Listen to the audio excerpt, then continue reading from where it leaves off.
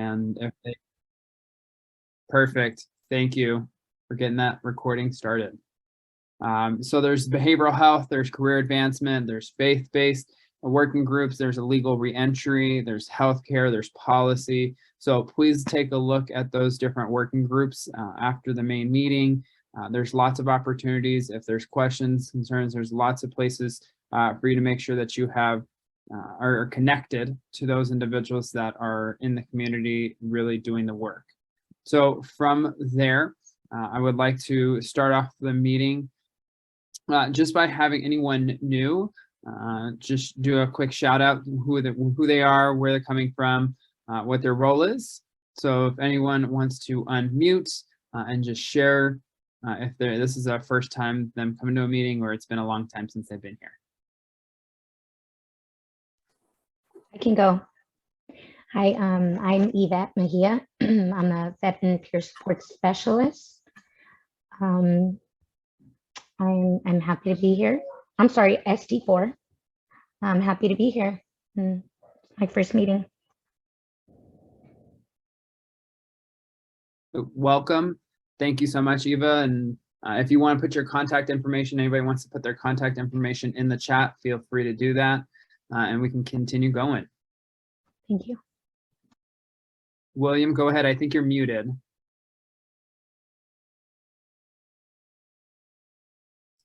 How about now?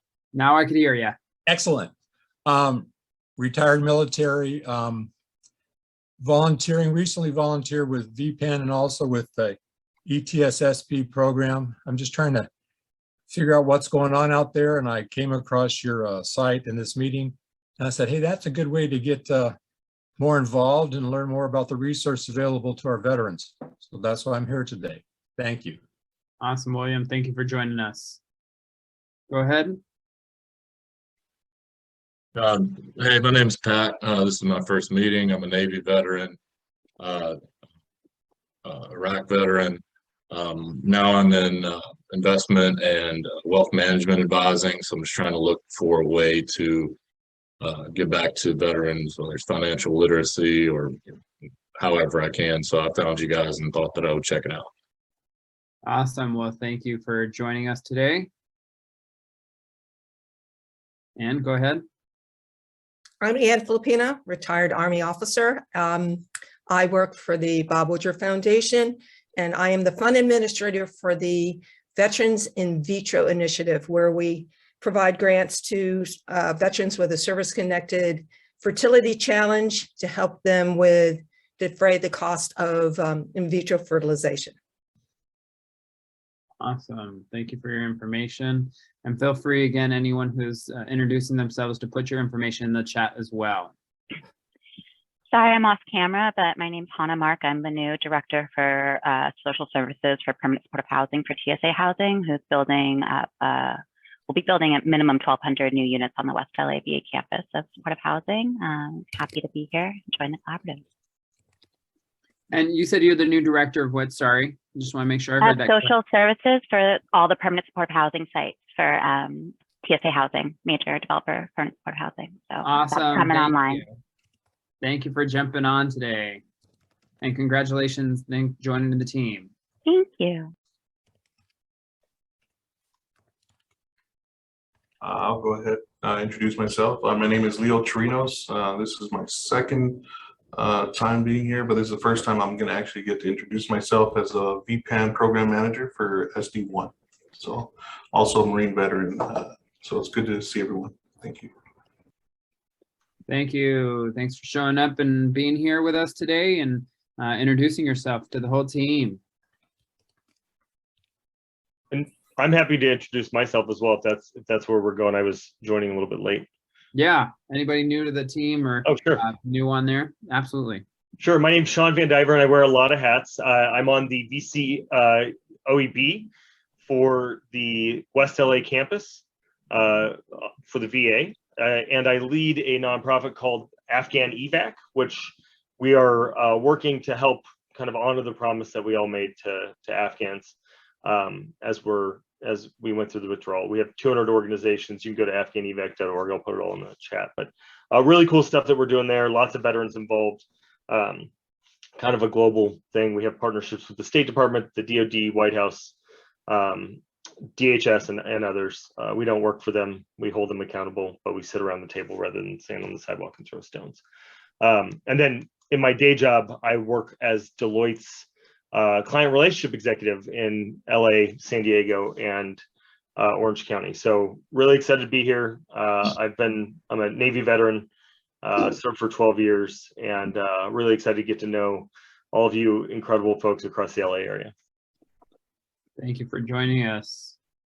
Any others? I see someone at Bob Hope. Yes, yes, good morning.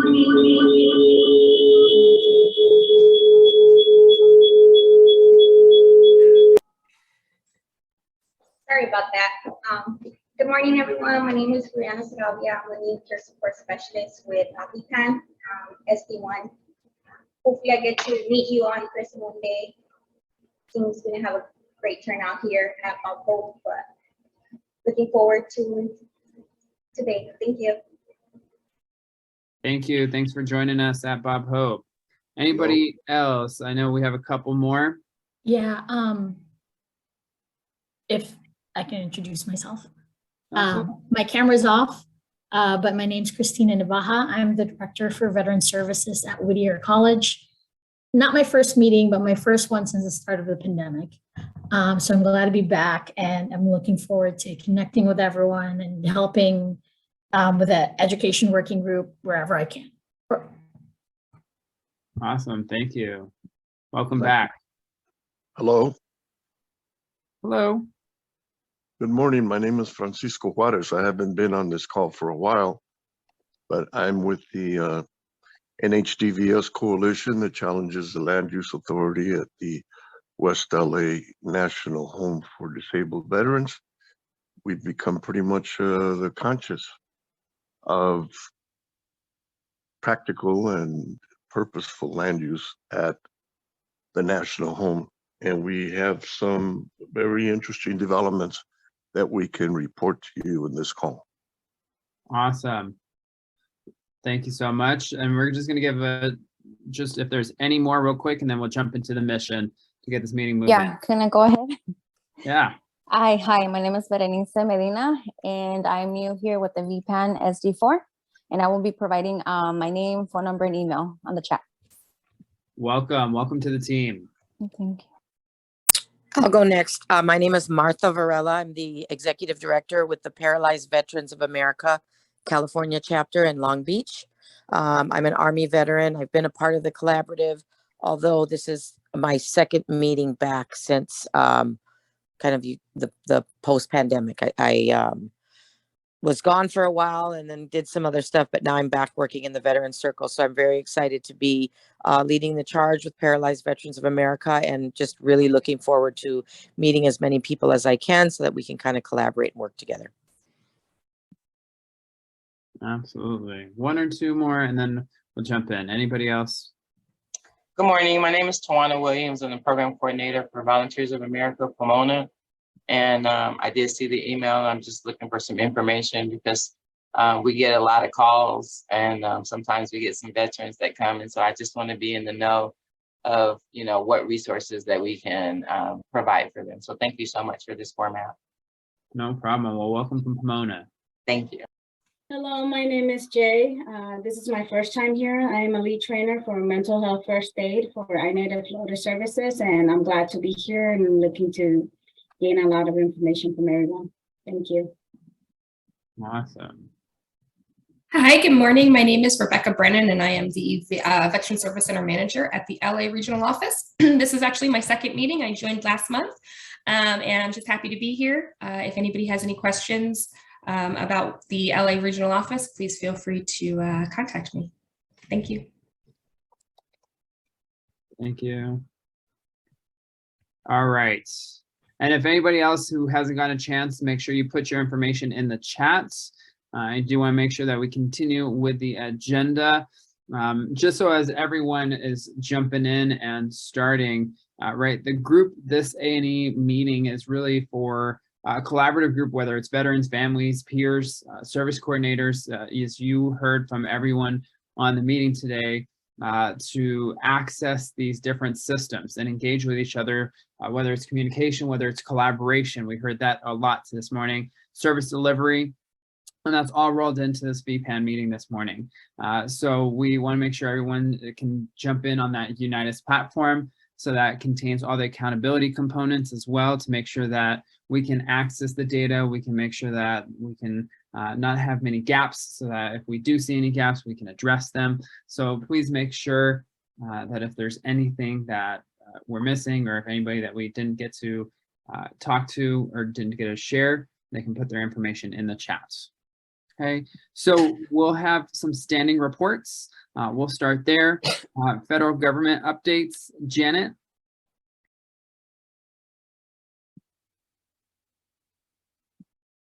Or anybody from any of the offices? Robert, I know Robert maybe be on here or in person. Good morning, Janet Turner with Congressman Ted Lieu. I don't have anything to report immediately that Rep. Lieu is working on. So if Richard Valdez is here, though, he always gives an overall view. But it's always so nice to be here and to support all of you and all your great work. Thank you so much. Thank you, Janet. Robert? Are you in person?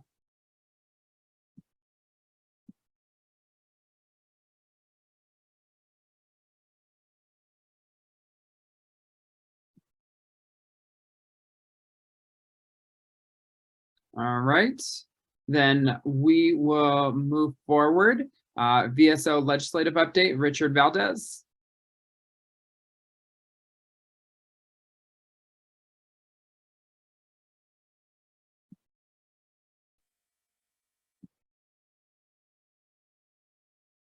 Richard, are you there?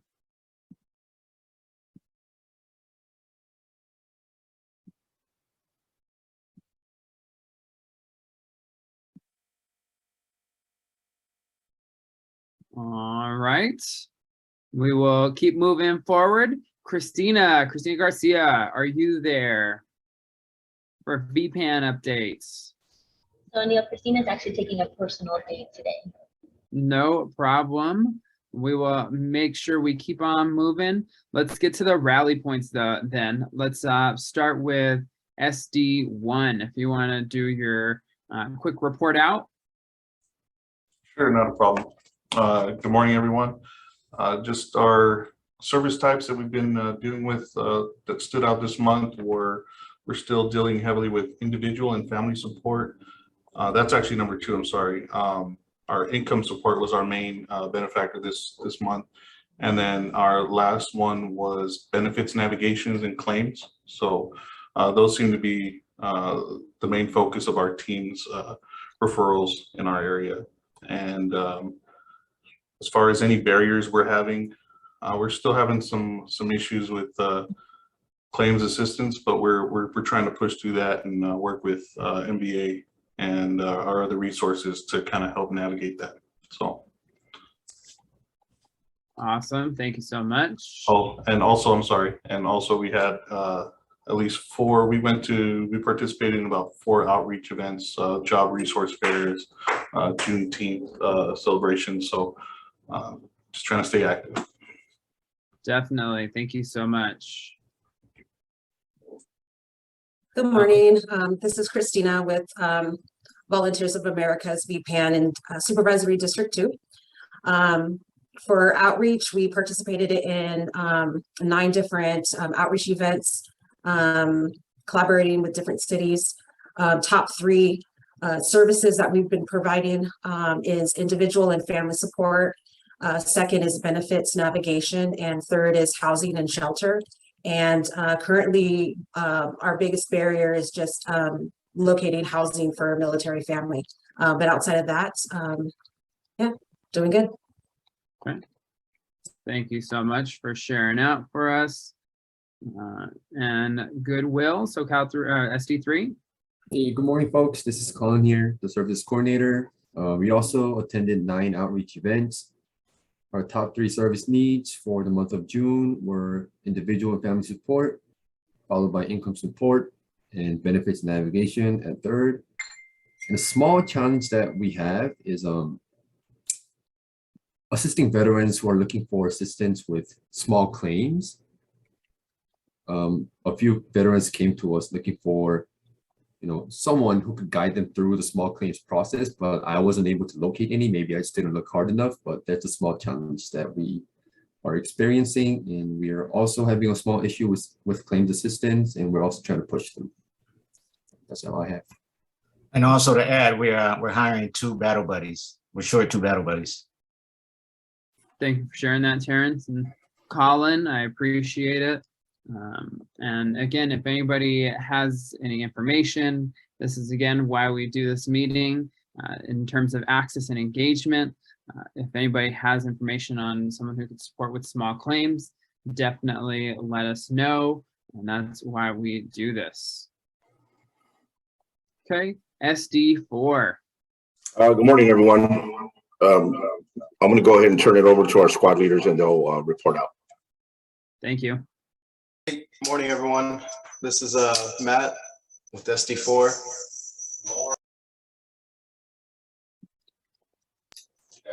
Sorry, I was trying to get rid of this echo. Okay, so Matt with SD4 here. Our top 3 benefits, or our top 3 cases were benefits, individual and family support, and housing. We had a few outreaches, but I know our 2 biggest successes were the Bell Reserve Unit, and as well, there's another reserve unit here in San Pedro. And our top 3 barriers were credit. We're having issues with veterans with bad credit trying to get in to housing, whether they have a voucher or not. We're also having issues with transitional housing. They fill up quick or they're reluctant to get in.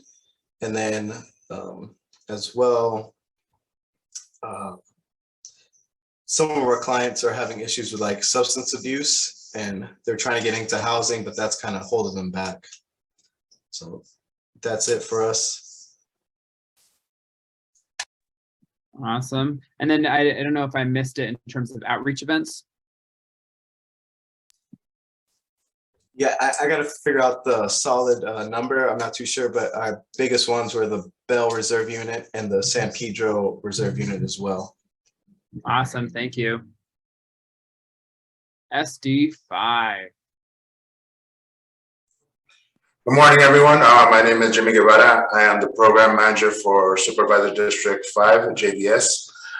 With that being said, our top 3 needs up here at SD5 are going to be benefits, which at 116, housing 55, and employment 43. So those are some of the things we're running into.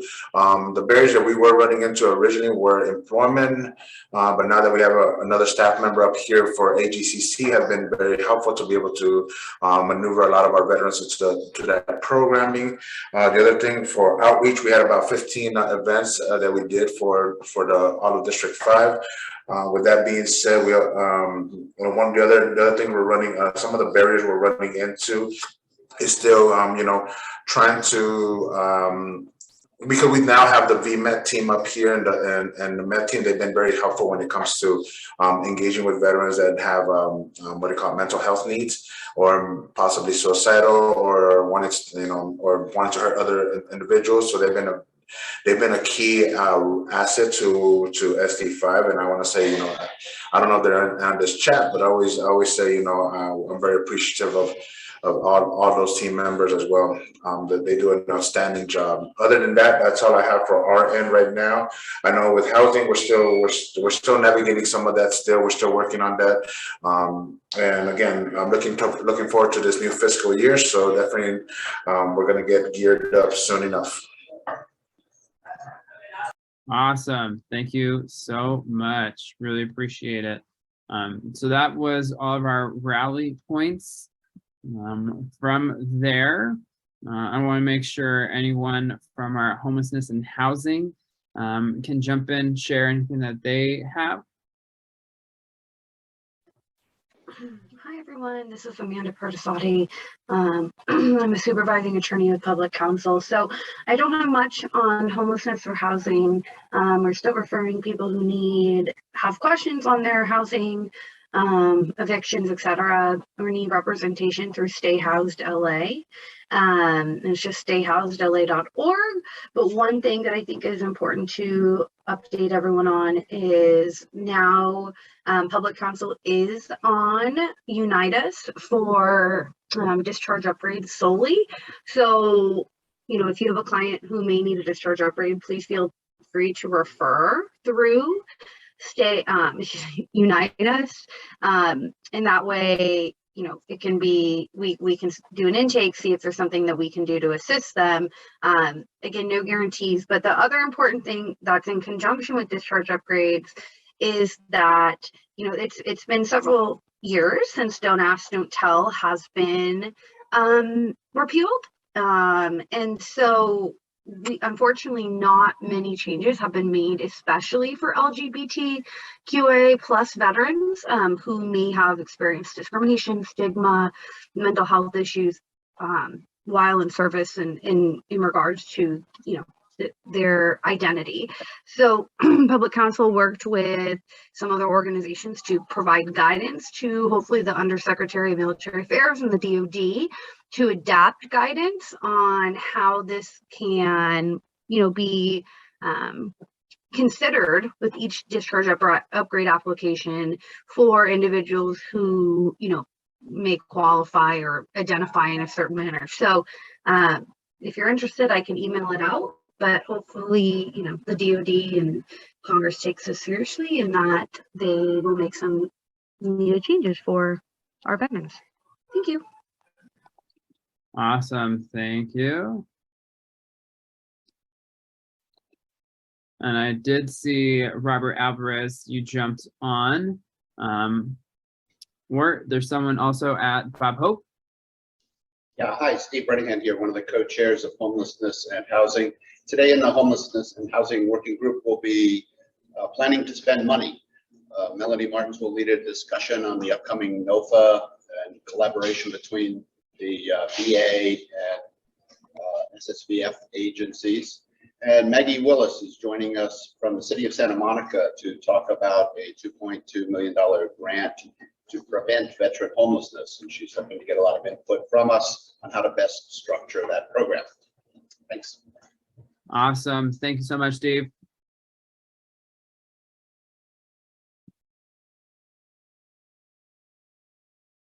All right. Just want to go back. If Robert Alvarez, if you have any updates.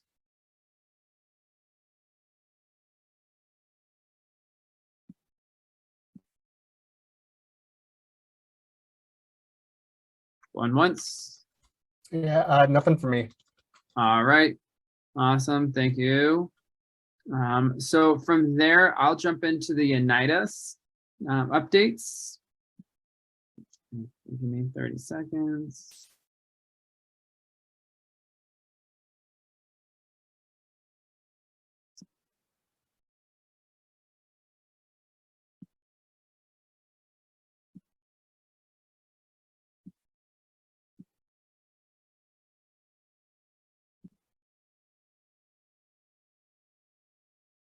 All right, I hope everybody can see this. In terms of branch, good spread, Army, top group that we are serving, that is pretty usual. I will say we have a larger group of female veterans that we are serving this month. I will continue to push on that. That's awesome. That's very exciting.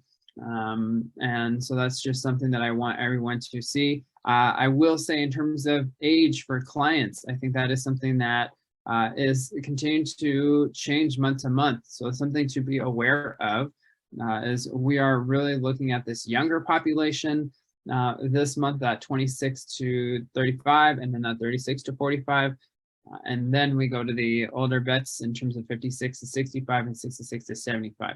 So it's something to continue to track and look at for your specific areas, for your specific districts. Looking at the population that you are serving. So making sure that we can support that.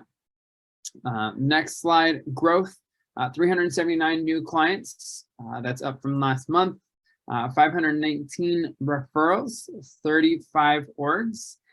So that is awesome. And 83 orgs received referrals. So we continue to use that, the Unitas platform. I will continue pushing that so we can make this streamlined and really make sure that none of our veterans are falling through the gaps. So please jump onto Unitas. If you need any support, let us know. We have individuals that can support you jumping on. Or if you're having troubles with sending, receiving, any of that, please let us know so we can support you. We also have 1,191 service requests. So that's exciting. We'll continue to look through that as we go through this KPI report. So new to the top 10 for sending referrals, April Parker Foundation. So it's always exciting to see different agencies jumping into the top 10 for sending referrals. That's something that we're continuing to monitor.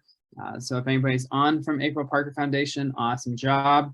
And then 1.7 days average time to referral acceptance, keeping it below our 48 hours, which is fantastic. I got 0.6 of a day longer than last month, just something that I continue to monitor as someone that is looking at the stats. In terms of quality of care, this is something I do want to take a few minutes to really focus on. 44.4% of service episodes were resolved. That's up 6.2% from last month. So that's fantastic to see that we're really focused. I think us having different discussions last month in the groups, whether it's here at AE, whether it's outside, giving each other resources, that's definitely something that we want to continue seeing. On the other hand, our episodes not resolved also increased. So although our service episodes resolved increased, our episodes not resolved also increased by 3.7%. So something to really make sure, whether it's contact information, whether it is not being able to get back in touch, whether it's self-resolved, let's make sure that we can continue to try to help and support getting those service episodes resolved. In terms of referrals that were accepted, this went down 2.1%. So this is an interesting statistic. 75.5% referrals were accepted, which is down 2.1% from last month. And then the referrals that were declined went down steeply, 3.1%, which means only 1.5% of our referrals were declined, which is fantastic. Keeping at that 1 to 2% range. Declined, whether it's, hey, we need to send it back, or hey, this is not the right resource, let's make sure to get them to the right place. Absolutely keep up the fantastic work and everybody is doing. In terms of homelessness, in terms of employment, in terms of mental health, we're looking at 104 housing cases currently open in the Unitas platform. 65 housing cases were resolved in this last month, and 23 housing cases not resolved. When we look at employment, you see the numbers there as well, and then you see them for mental health as well. So we see these numbers in terms of not resolved. We see that this month overall, we had higher numbers for all three of these areas. So great work. We see the needs, and I think continue pushing towards being able to make sure we have the right resources in place. And if there is gaps, we can definitely take the time to discuss that in this meeting. In terms of top 10 for referrals, top 10 receiving orgs. Military and Veterans Affairs, County Veterans Service Office. So the VSO, 8 months in a row for top receiving organization. That's just something that I want us to recognize. So great job. And then if we look at top 10 sending organizations of referrals, VPAN SD2, I want to give a quick shout out to them, 2 months in a row for sending the top amount of referrals. So anyone from SD2, fantastic job. Anybody on SD2 can really talk about sending referrals real quick or feel comfortable? Sure. In what would be how's it been? What's been your process, right? I think 2 months in a row is awesome, being on top of sending referrals, making sure everyone's getting their needs. What's been your guys' process? Honestly, every time we find out about a new resource, our service coordinator, Danielle, has been doing a great job of inviting them to our team huddle meetings so that way we can learn more about these resources. A lot of times the resources that we come in contact with are not in Unitas. And so I'm able to refer them to our point of contact, NOAA, to get registered. And so, yeah, it's just a matter of, you know, the amount of outreach that we're doing and the different collaborations that we've been able to accomplish in the community. So that way we're seeing what else is out there and making sure that we're connecting with those resources. Fantastic. If there's one tip that you can give everyone, what would that tip be?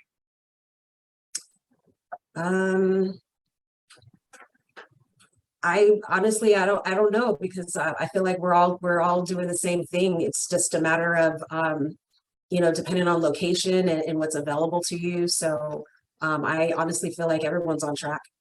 Awesome. Yeah. And again, this is just recognition for everyone and for VPN SD2 team for sending those referrals. I know everyone is doing the work and it's hard work.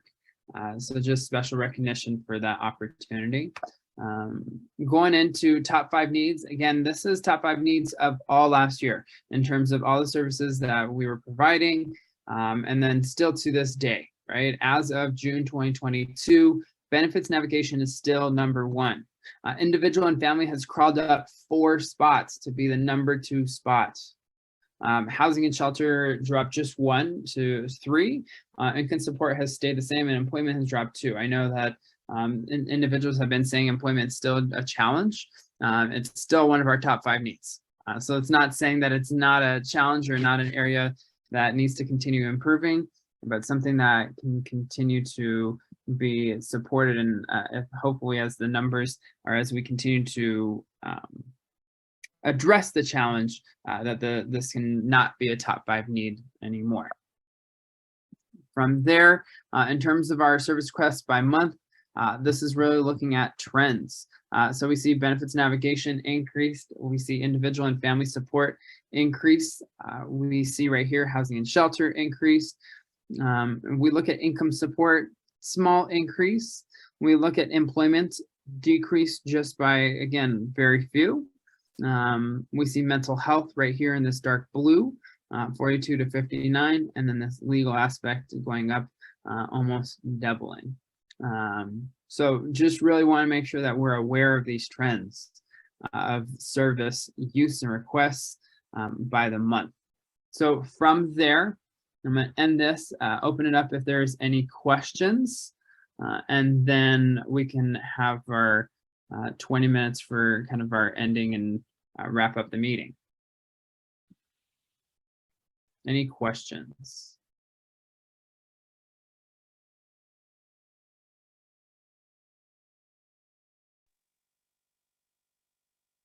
I'd like to ask a question. Please. This is Francisco Juarez with the NHDVS Coalition. And I'm impressed by the numbers that you're keeping and the charts and tracking the trends.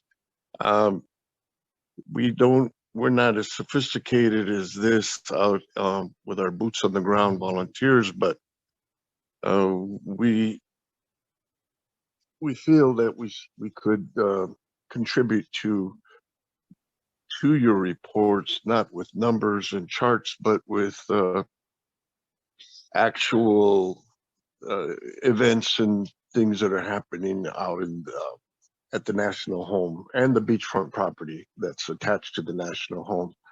I don't know if everybody on the call is aware, but the beachfront property came into the news at the city of Santa Monica, in that the city of Santa Monica unanimously voted to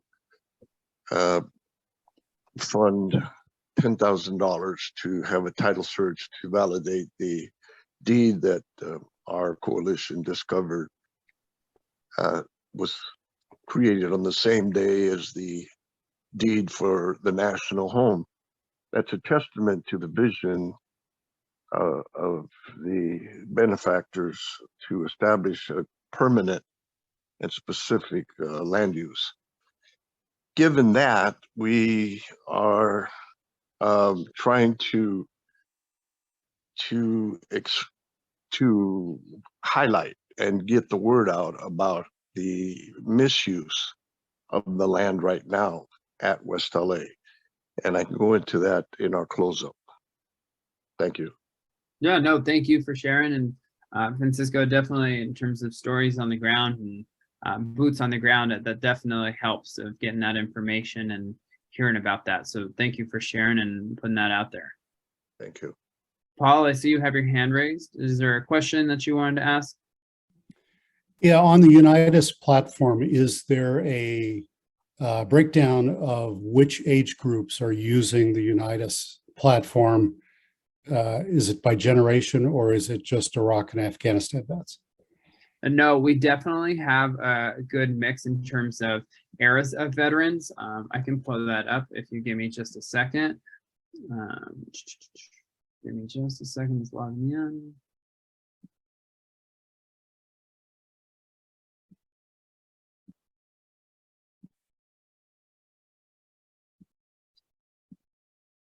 So if you look right here, I'm sure you guys can see. You guys could see my screen. So then we look at service era. Post 9/11, 33.5. Post Vietnam, Persian Gulf, some Korean War, some post-Korean, and we have 13 clients that World War II, and 2 pre-Korean War.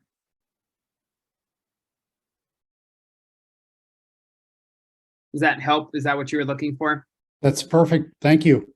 No problem. Anybody else? Questions? And yes, the PowerPoint will go out. It goes out as soon as we are done with this meeting. It'll go into the LAVC recap that has the minutes, that has what went on, and it'll have the PowerPoint as well. Any other questions before we go into the sound off? Anyone? Oh, I see a couple hands. Let's do it.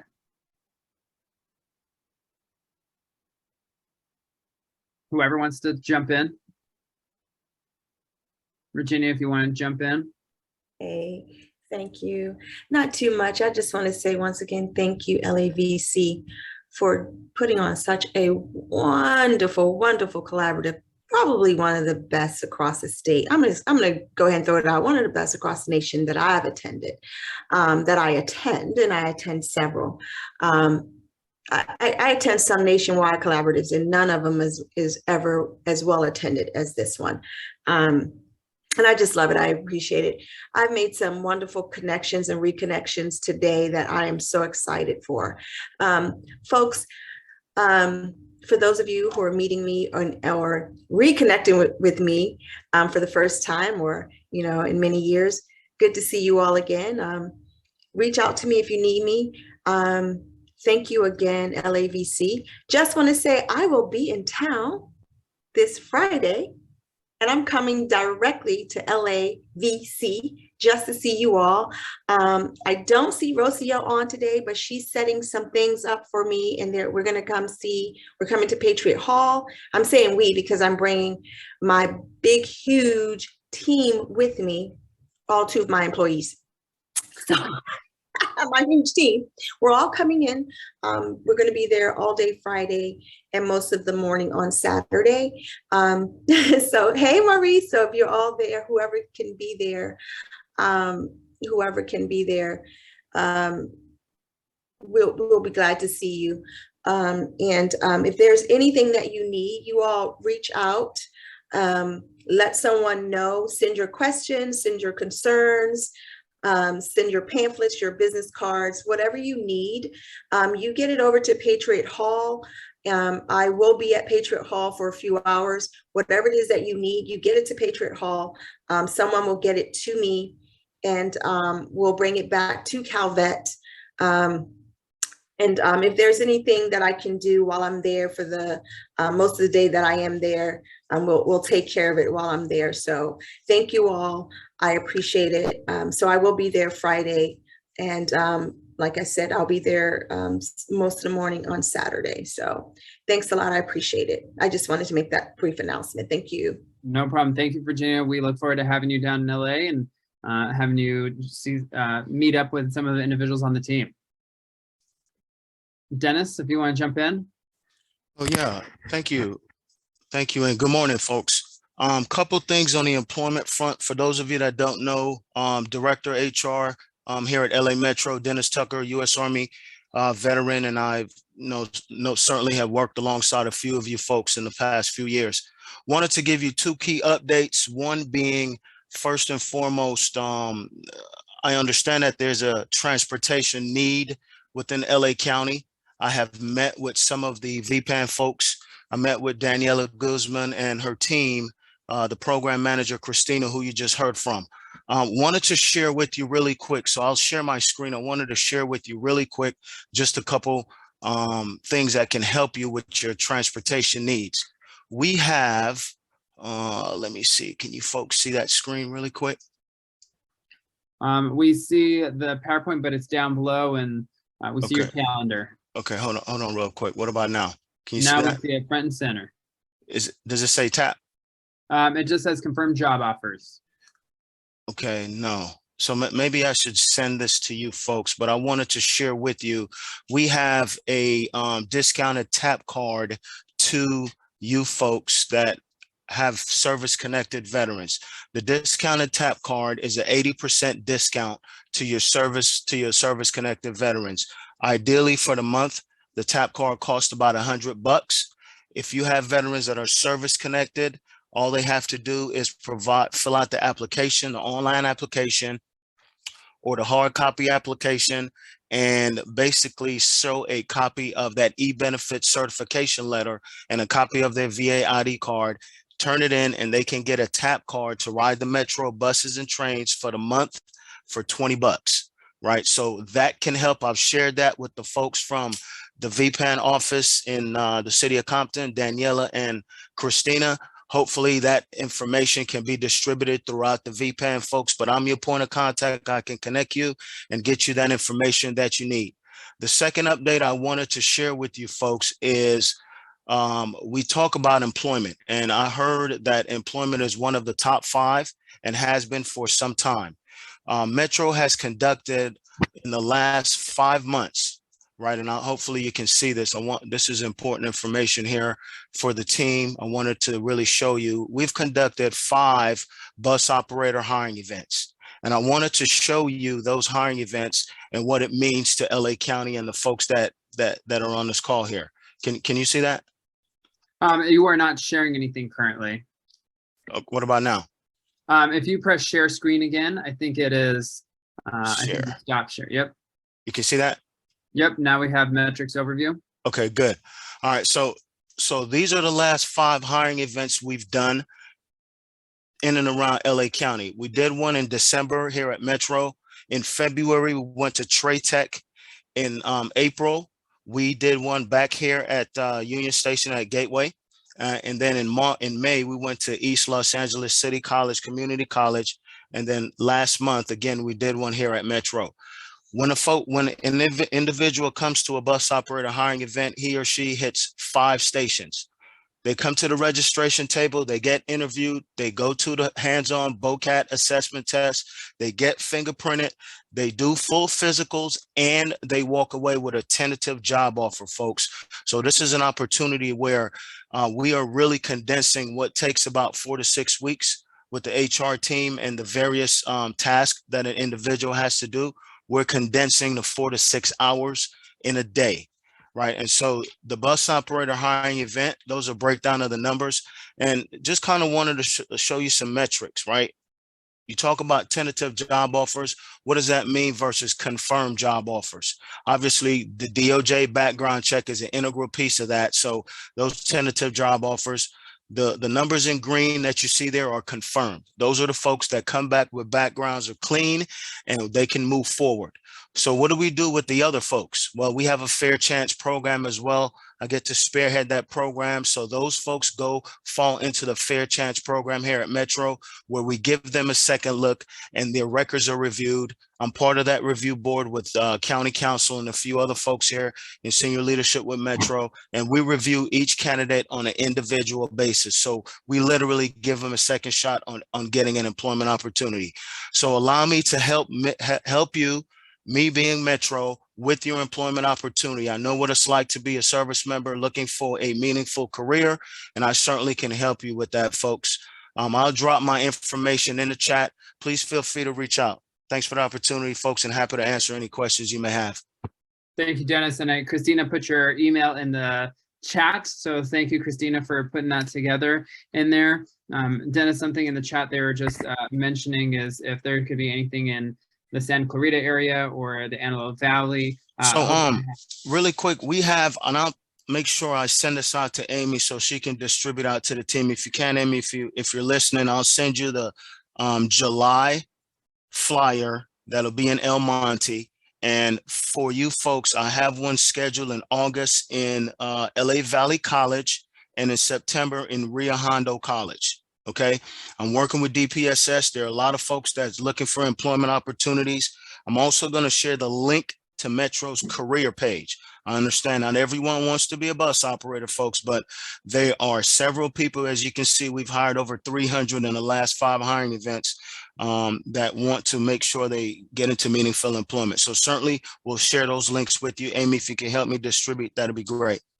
Dennis, thank you so much. And is that all veterans, or is that just all individuals that are applying for those positions? We have collective group, veterans group. We have fair chance population, dislocated workers, folks that are definitely looking for employment to get into employment opportunities. So just various communities throughout LA County, not just veterans, but veterans certainly is part of this hiring population. Awesome. Pat, you want to jump in? Sorry, I was having trouble unmuting. So another big thing that we talk about, or that I've heard talked about in this meeting, is employment. I know a huge issue with that is resumes. A lot of us as veterans have a lot of trouble, really telling our story with how do our skills match up with that of the civilian job. How do you say, I used to fast rope under helicopters, is going to make me good at this job or not? But I'm willing to help out with that, with resume building, cover letter building, and stuff like that. And in that sense, I have to plug USC for their Masters of Business for Veterans program, the MBV program. Those of you that aren't familiar with it, it's a 10-month accelerated master's program at USC. If you have a bachelor's, they'll take you. If you're even if you're a current service member, they'll take you. It's Friday, Saturday classes every other week. And in this program, you're going to get a master's in business. You're going to get those transitionary services and help. You're going to get job placement. I know it doesn't solve the immediate need for job that a lot of veterans face, but those who have the opportunity to kind of lengthen their transitionary period and do something like this, is a great program. Again, that's MBV at USC. And, like I said, though, for those that aren't in it, aren't doing that sort of thing, shoot me a resume or something if you need help with it. I'd be willing to do stuff like that. Perfect, Pat. Thank you so much. And if you can put your information in the chat, people are asking if you can put that in there. That'd be fantastic. And I know we just have a couple more minutes. I want to go to Christina and Jennifer, and then we will be kind of wrapping it up with what's been working or any snaps in terms of what's been going well for the team. Good morning. Yeah, I'll keep this super short. So basically just hire LAX is recruiting again. You guys, most of you know me. I've been here a long time. I think we're going on 8 years now. I've been a member. So just a reminder, we're recruiting. These are good union paying jobs. They make a lot of money. Veterans get bonus points, and it is at Los Angeles Southwest College. So it's very reachable for a lot of people. And I'll also share it in that outreach group, that thing where we all get the messages every time somebody posts something. Perfect. And then one thing I also want to make sure before I go to Jennifer is, upcoming events. Make sure that you guys put upcoming events in the chat, send them to the team so that they are on there, post them. Please make sure that upcoming events are posted so that everyone, where there's flyers, put them in there. And then we will go to Jennifer. Hi, everyone. I am the Career Advancement Co-Chair, so love the discussion about employment today in the main meeting. Encourage you to stop by. We have Brenda Bardells from the P3 Public-Private Partnership today. She's going to be speaking on how employers can partner with the P3 to get reservists hired at your organization. I'm also the Veteran Program Administrator at Cedars-Sinai. We are hosting weekly Wednesday events. So if you know any client that is interested in a career in healthcare, Cedars-Sinai is hiring. We also have an experienced nurse hiring event on August 4th. So if you are a nurse with your NCLEX, your RN, your LVN, please stop by that event because we are going to be hiring. So more to come on that information in the career advancement group. Thank you. Awesome. Thank you. And as we wrap up, if there's anybody, just our sound off what's working, what's any challenges, or, how we're doing snaps, anything like that for the last couple of minutes before we adjourn and take a quick break before the main meeting. Hello. Hey, Francisco, go ahead. Thank you. Not a lot of time left, so I can't tell you everything I want to say. I want to thank the younger people that are becoming involved, and just want you to check out nhdvs.net, nhdvs.net. That's a repository of information that we've compiled regarding the challenge of the harmful land use policy at West LA. And let you know that we've been doing this for 40 years. And so there's a lot to learn about it, but once you do, you'll see that you'll be on the right side of the issue here. So beachfront property, inland property, fantastic vision advanced by Senator Jones and Arcadia Bandini in 1888. It's specific, it's permanent, it belongs, it should be that way only, and that's what we're pushing for. Thank you very much. Thank you, Francisco. Chris? Yeah, I just have a quick question, follow-up question for Dennis Tucker. I'm curious about the kind of TAP card. Is there a limit, a rating limit for service-connected disability, or is any rating applicable? Fantastic. Great question, Chris. No, folks. The rating is 0 to 100%.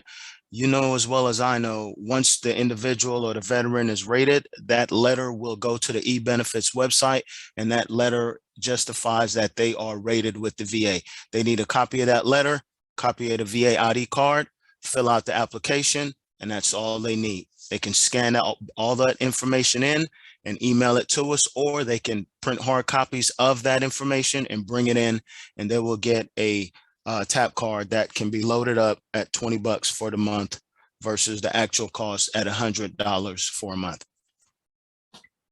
Awesome. And if someone doesn't have a VA ID card, but they have the VSD that says veteran on their driver's license, is that acceptable also?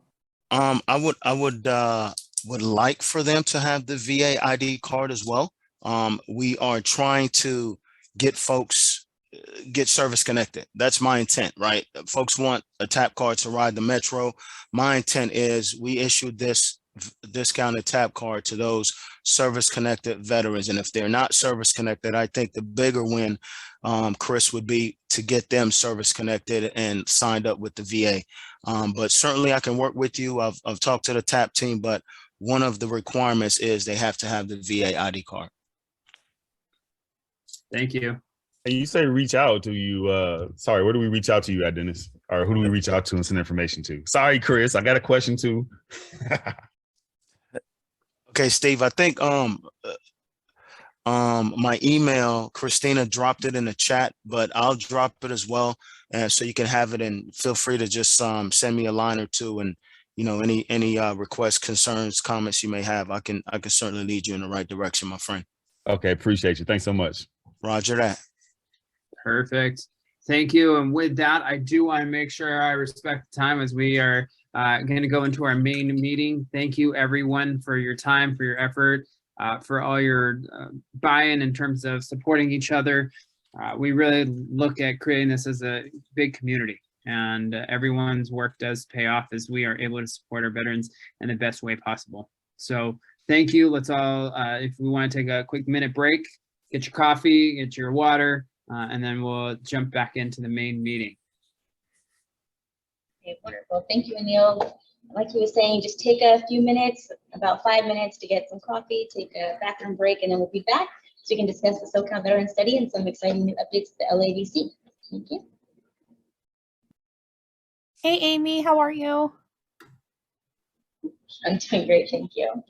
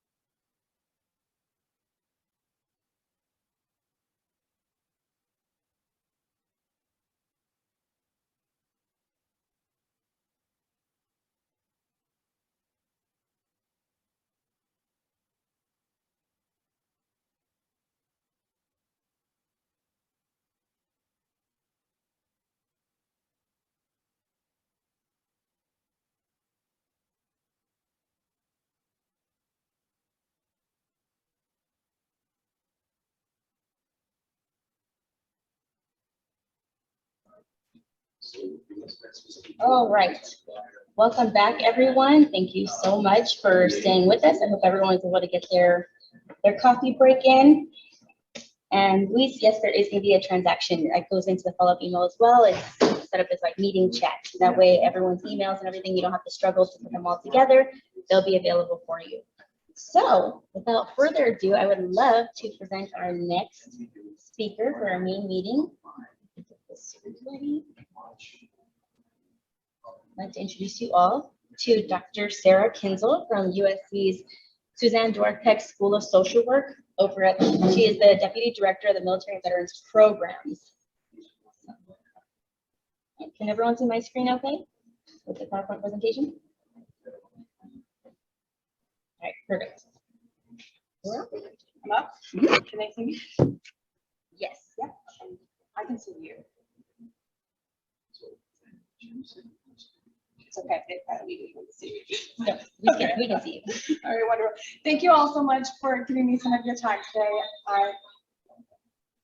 Oh, no problem. I'm so happy to be here, so happy to be back and speaking with the collaborative. I'm here to talk to you about a great study that we have started looking at the Southern California Veterans Study. So looking at veterans throughout Southern California. I'll follow up on a lot of the work that we have done in the past. Go to the next slide, please. So I'm going to start today. I'm just going to give you some background on what we're doing, what impact it might have, how we can collaborate, and then it's going to be open for whatever questions people have. I'll be happy to answer any questions. Similar to what we've done in the past, the SoCal Veterans Study will explore the needs and well-being of Southern California veterans. We're going to be looking specifically at LA County, Orange County, and San Diego County all together and within each of those counties in this study. It's led by myself and Dr. Cashmore from USC, but it's being conducted in coordination with the county behavioral health agencies as well as each county's collaborative. So this is a very collaborative effort. It's funded, it started through the Epstein Foundation. We're going to look at San Diego County, a place that we haven't done a veteran study before. I was on the stupid ass call. You probably heard all your conversation. Huh? You probably heard your conversation. Mute yourself. Fuck. No, they couldn't hear me. And I don't know if they did or not. Yes, we can hear you. We can hear you. I don't know if you managed to get into conversation. Please mute yourself. Well, my compadre called me. Yeah. Right. Okay. How did you manage to keep the other people in line? Give Amy just 1 second.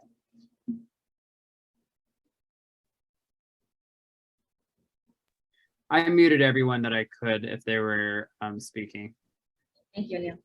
So this started with funding for San Diego County. We thought, wouldn't it be great if we could also do another look at LA and OC? A lot of things have changed since our last studies. We've learned a lot about the best way to do this and how to make the most impactful data we can for these communities. And so we went to Dr. Sherrod and asked if he was interested in that, and he was a huge spearhead in helping us make the LA and OC portions of this happen. So Southern California grant makers came in and funded that aspect of the study.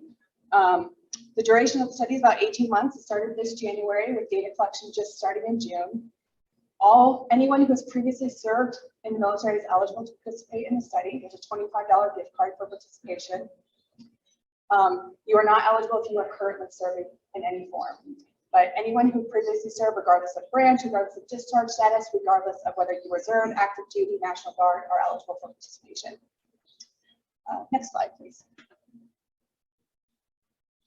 So the goal is to advance on the work that we've done in the past, provide more information on what challenges and experiences veterans are having today, looking at new constructs that we weren't able to look at in the past, expand on some of the knowledge that we've already collected, looking at access, looking at barriers. Again, there's been a lot of work done in these communities, so we want to see what's changed and what's still lingering and what might be new. What are some of the new challenges? We want to provide local communities with the data you need to improve your services and to continue to receive funding for the great things that you're doing. And that's what is really powerful about this data and how it's been used in the past. We also want to examine new questions and constructs that may be impacting well-being. So Unlike the last survey, this one looks at non-mental health issues related to suicide. We want to look at risk and protective factors of things like loneliness, social support, connectedness, financial well-being. Some of the things we haven't really looked at in data before to try to understand some of the suicide risk.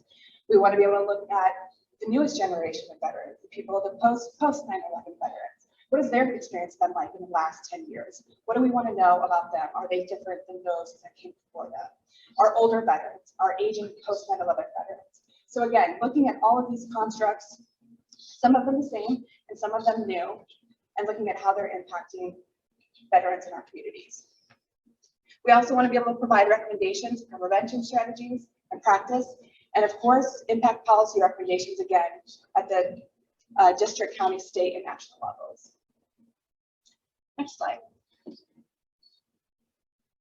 These are the constructs that are on the study. I won't go through all of them, but since a lot of people ask about what are we including, this is kind of the broad strokes of that.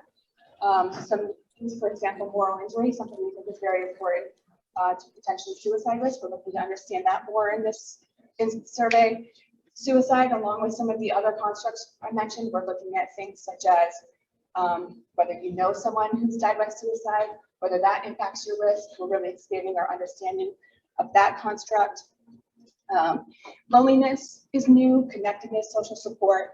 So the survey was developed in coordination with behavioral health agencies within each county and with the collaboratives. So we did a draft, we got feedback from everyone. What are the questions you need answered? And we then incorporated that into the final version of the survey. Next slide. So although this is a study, we're on all of Southern California, you will get Los Angeles specific data as well. Each county will. So data that you'll be able to use specifically for what you are doing here. And also we'll look at this data regionally. We are also hoping to be able this time to give you some geographic data. So to cut LA in some geographic forms and look at different areas. Is West LA different than the South Bay? What veterans need and the barriers they have? That's something we didn't get funding to do, but we are being strategic in how we are sampling and doing the study to hope to be able to get that to you as well. The LA community was exceptional after the last study, and that was our first time doing a veteran study. It was the first of the nation. It was our center's first time doing an endeavor like this, and this community was able to take that data and do just unbelievable things with it. And we're hoping to be able to do that again and even more, give you even more targeted and better data, given everything we've learned since then. Next. So how can you collaborate with us on this? Thank you to everyone who's helped so far. For those of you who were involved in reviewing the survey, giving feedback. The first thing is sharing this survey opportunity with your email list and your constituents will be one of the biggest ways that you can help let veterans know about this opportunity. Also, this will be happening in 2 phases. We're starting with the big online push. After that, I'll take a look at the data and we'll do a more targeted push. So your expertise in where can we find women veterans if we need that? Where can we find people of color? Where can we find older veterans? Where can we find the people we need geographically to make sure that this is the most representative sample as possible to give you the best data that we can. And then of course, just sharing your expertise as we go through this process. No one knows this community, this veteran community, like the people who participate in this collaborative. And so we're hoping that we can reach out to you through Ms. Bravo. We can come back as we develop new stages of the study and get your input on how we move forward. So this is my contact information on the next slide. You're welcome to email me and I will take any questions about the study.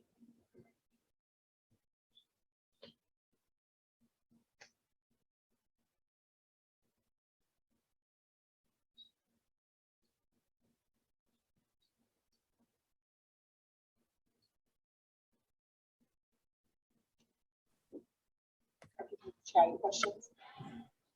Dr. Kinsel? Yes. Yeah,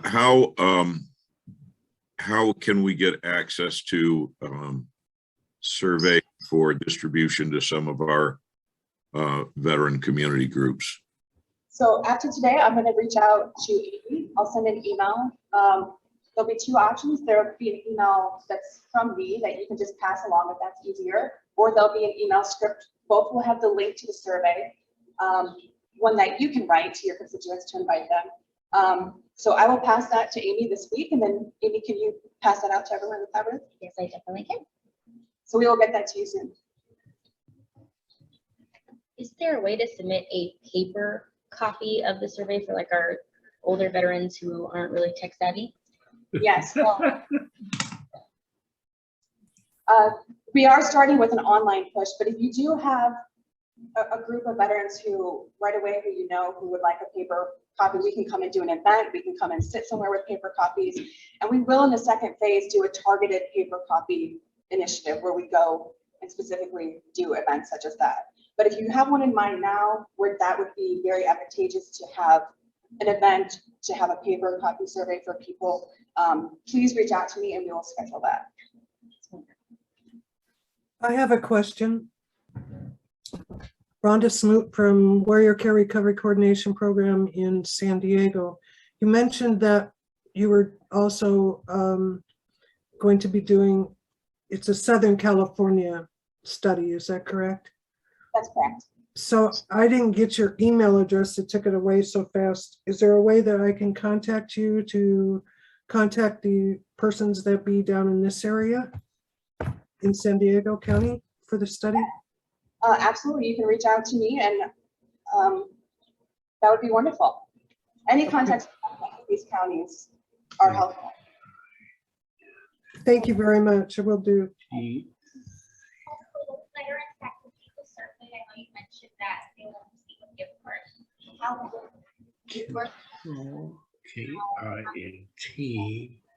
So the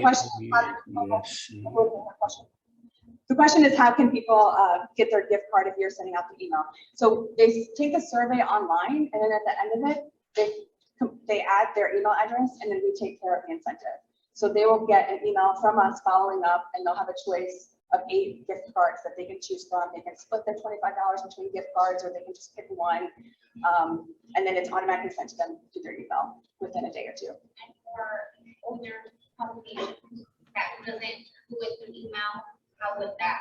We'll bring physical gift cards and they'll be handed to them on the spot when we do an event. So if you have people who'd like to fill out a physical gift card, contact us, we'll come, we'll do that with people, and we'll physically hand out a gift card. Okay, perfect. Thank you. Yeah, thank you. And then a couple questions from Christina Watkins. She asked, how do you want us to volunteer? Well, right now, the biggest thing we need is getting the survey out.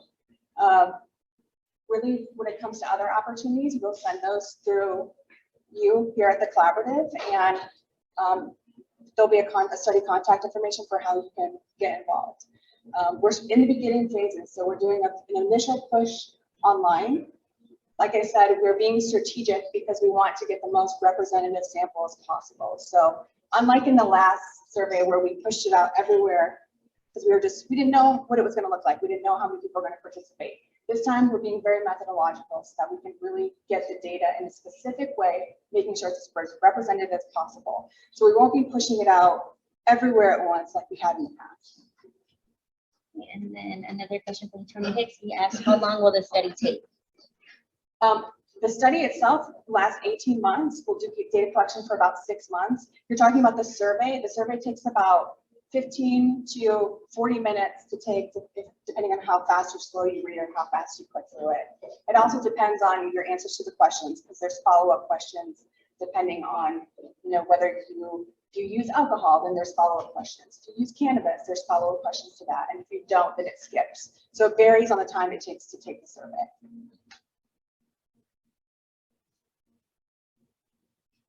Any other questions from the group? Follow-up question, I didn't catch the part of how long will the survey be available for people to take? About 6 months. So from June to probably early December. So from June to December is how long the survey is going to be available. It's going to be online, available for people to take.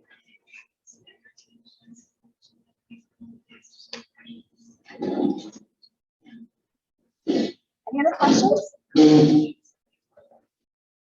Group is usually more. Oh, no. I have a question about privacy. Can the results be anonymized? If a participant doesn't want to reveal their identity because, you know, they don't want the answer, if they want to be able to, if they would feel more free, liberated to answer honestly without having their name recorded, for instance, is that a possibility? So in order to get the gift card, you do have to submit your name. But one of the things that goes with the survey, along with the informed consent that is explained, is your name is immediately taken away from your answers. So that's immediately separated and cannot then be reassigned to your answer. So it is confidential in that only I, as the PI, can connect those two. They are immediately separated. So unfortunately, this isn't an anonymous survey. It's just in order to get the best data possible, to watch for people retaking the survey over and over, in order to get the gift cards out, we do require an email address. You could leave off your name if you wanted, but you are required to give an email address.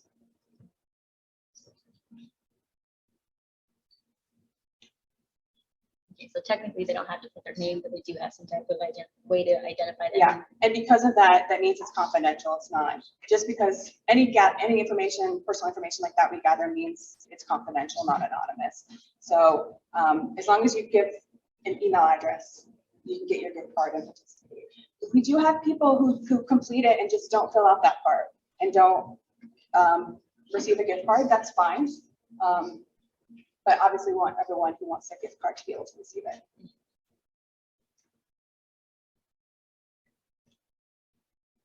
Any other questions from the group?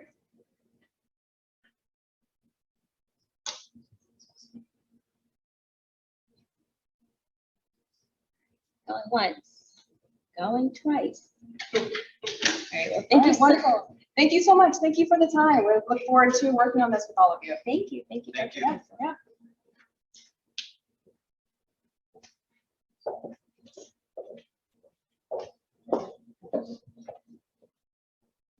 right.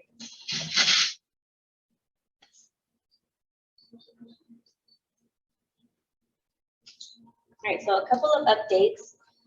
So Richard wasn't on the call earlier through access and engagement, so I'll make these announcements. So some good news on June 7th. We had 5 important veteran-related bills that were signed by the president and became public law. So the first one is the Dr. Kate Hendricks Thomas Service Act. So it's named after the Marine Corps officer Kate Thomas, who served near a burn pit in Iraq and died of breast cancer. So this law expands eligibility for VA mammography screenings to veterans who served in locations associated with toxic exposure. Next one is the Veterans Rapid Retraining Assistance Program Restoration and Recovery Act, which gives the VA the authority to restore important education benefits to veterans who are unable to complete a course or program as a result of the closure of an educational institution or the disapproval of a program by the state approving agency or the VA. And then we also have the third one, the Making Advances in Mammography and Medical Options for Veterans Act. So it strengthens and expands access to high quality breast cancer screenings and life-saving cancer care for veterans nationwide. The fourth one is the Radiation Exposure Compensation Act. Compensation Act, Extension Act, which extends a program that compensates individuals who were exposed to radiation from atomic weapons testing or uranium mining or processing, and who subsequently developed specified cancers or other medical conditions. And then the last one is the Strengthening Oversight for the Veterans Act, which gives the VA Office of Inspector General the authority to subpoena witnesses as necessary to carry out their duties of their office. So those are some of the past laws. And then there's a couple other ones that I know Richard wanted us to be aware of, for just things to look out for. And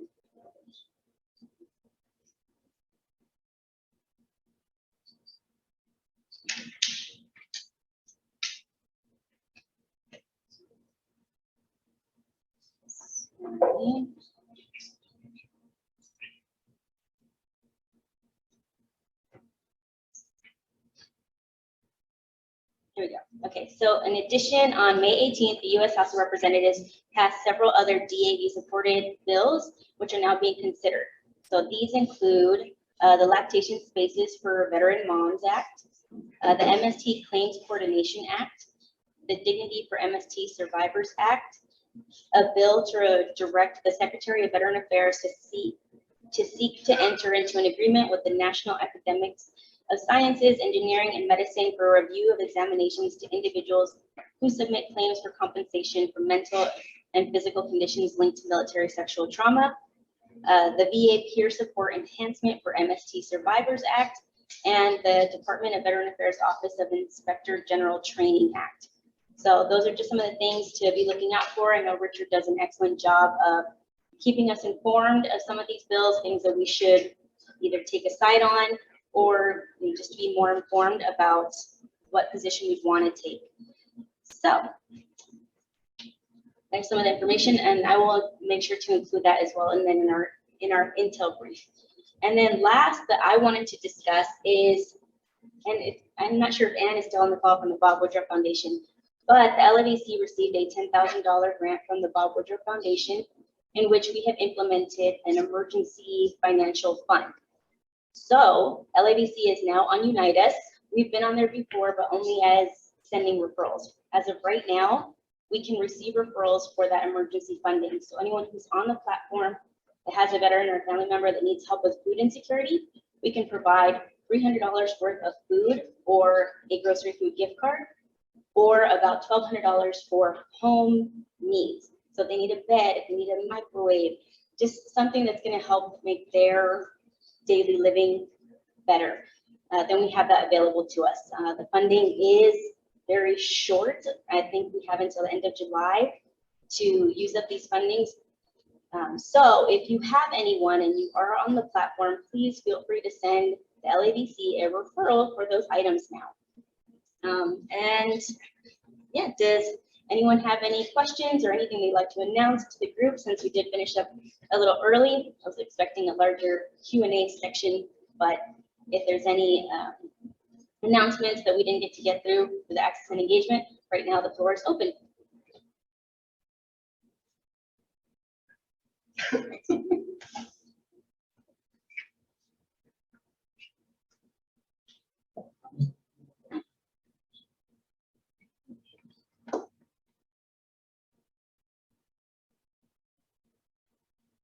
Really? No one has anything? I had one thing, Amy, just to confirm. You said we'll be able to send you referrals. Is it just for the duration of July, you said? Yes, because the funding that we have is, it needs to be used up by this month. It's not like the term grant. It was just a short one for the spring timeframe. So yes, unfortunately, we have to use up all the funds by the end of this month. Okay, thank you. Appreciate it.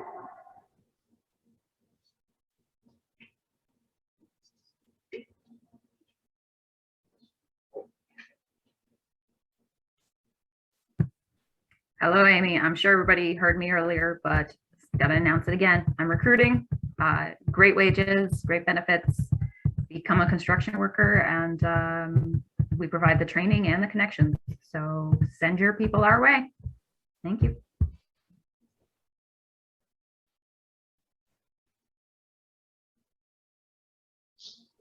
Charles, go ahead. Yes, good morning. Thank you for this opportunity. I just wanted to take the time to continue to share that the Department of Labor off-base transition training classes are still going into effect. We're gaining a lot of momentum in all the respective counties that are participating. It's LA, Riverside, Orange, and San Diego. I will be hosting another OBTT class, this time at the Riverside County with the University of Massachusetts Global Riverside campus. We will be there from 9 to 5. If you have any veterans that are looking to shine up their resume or how to discover a new passion for new employment or to implement the skills they learned in the military, we will help them translate those military skills into civilian terminology and get them ready for any application process for employment that they are seeking to do. So I'll put my contact information in the chat feature again.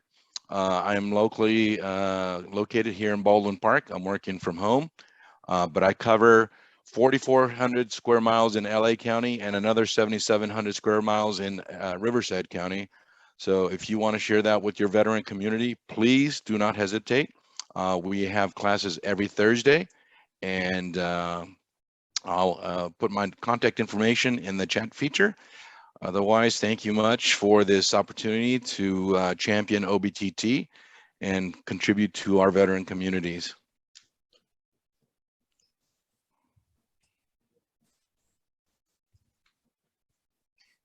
Hey, Charles, I had a quick question. Were you going to be coming by the SDs to each rally point? Was that, I know that was talked about. I was wondering if they had scheduled anything at all. So yes, sir. I completed training for all the rally points on the 5th of July and the 11th of July.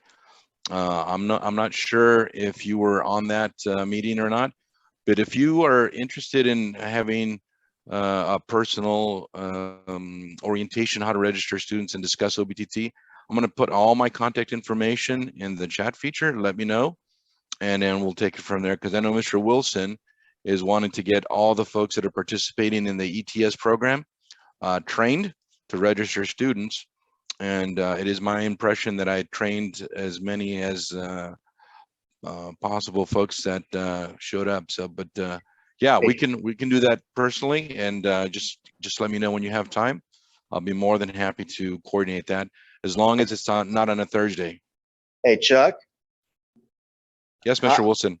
Hi, it's William Wilson here at Bob Hope. I recognize the voice. We had, thank you for doing the other 4 SDs. We had skipped SD1 originally because you said you already had a presence there. Correct. But again, that was under a previous, maybe that might have been under Adam.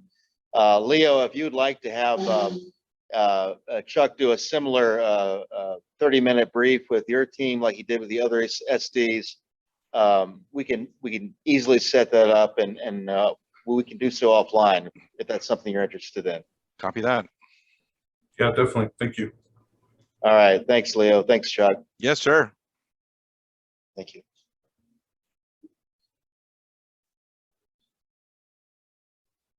Hi, Jane. Sorry, I'm pulling you up. I saw in the chat that any employment opportunities you'd like people to send it to you.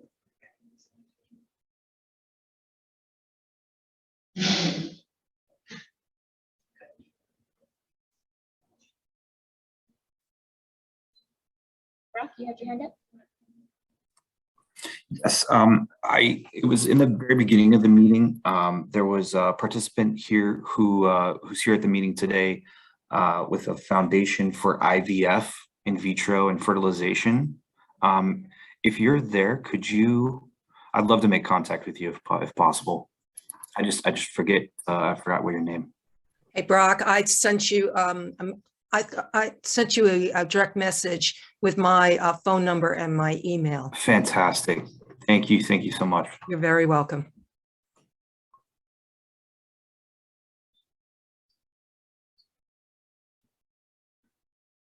Any other announcements if we didn't get to introduce themselves initially in the Access and Engagement meeting? This is Tom Babion. I just wanted to, I'm with the UCLA VA Veteran Family Wellbeing Center, and we also are recruiting for mental health professionals to deliver resilience skills here in our office and remotely. So I'm going to put the link in the chat, and along with my email if people have any questions about that. I also sent something out on the Learning Center, which you can get some information there as well, which I believe many of you are connected. Thanks. Thank you for that reminder, Tom. Yes, we do have the DMH online learning community hosted by UCLA. So we actually have our own LAVC learning community there. So that's where we have our community calendar for some of the events taking place. So if anyone puts a message there of an event, I add that to the calendar. So if that's something that doesn't sound familiar at all, then It's always in the follow-up email at the very bottom to join the online learning community. All you have to do is sign up for an account. And if you've ever signed up for the LAVC, then I add you to the LAVC learning community. So again, if that's something that you've never heard of or don't recall, you can feel free to send me an email and I can walk you through that.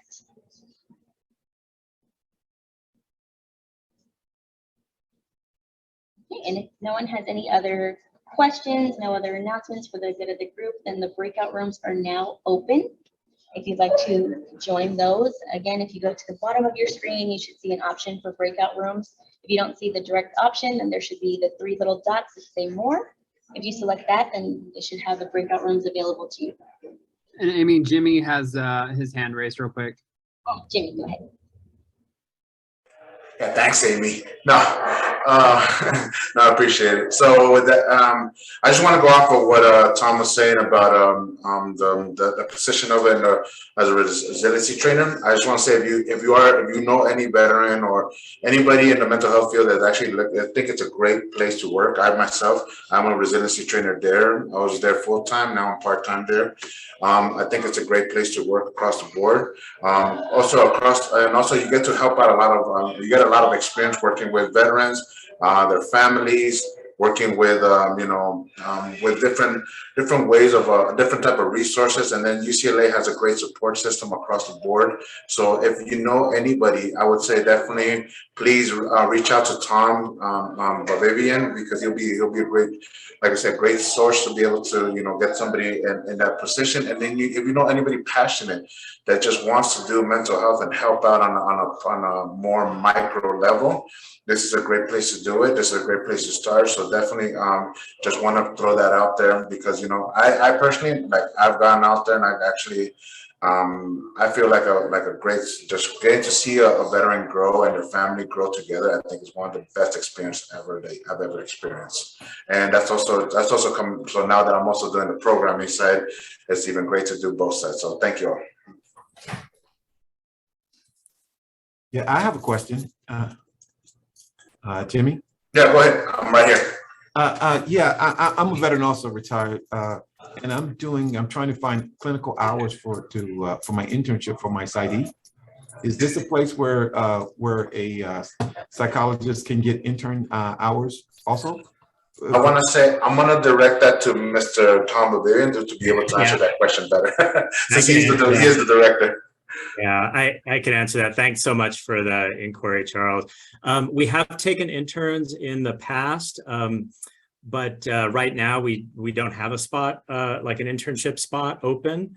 But we do have a part-time position for which you could get you could get hours for that.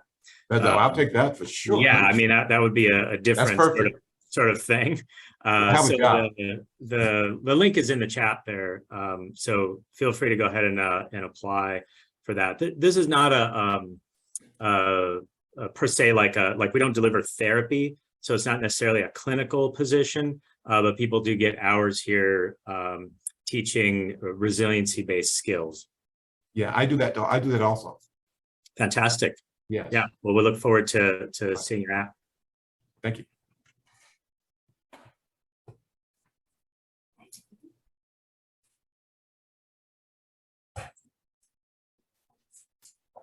All right, with that, if no one has anything else, the breakout rooms are open. You might just have to give your co-chairs a couple minutes to get their bearings together, since we are opening them up a little early. Again, feel free to stay here and add information into the chat if you hadn't had the opportunity to do so yet, because I do send that out to the group in the follow-up email. Thank you.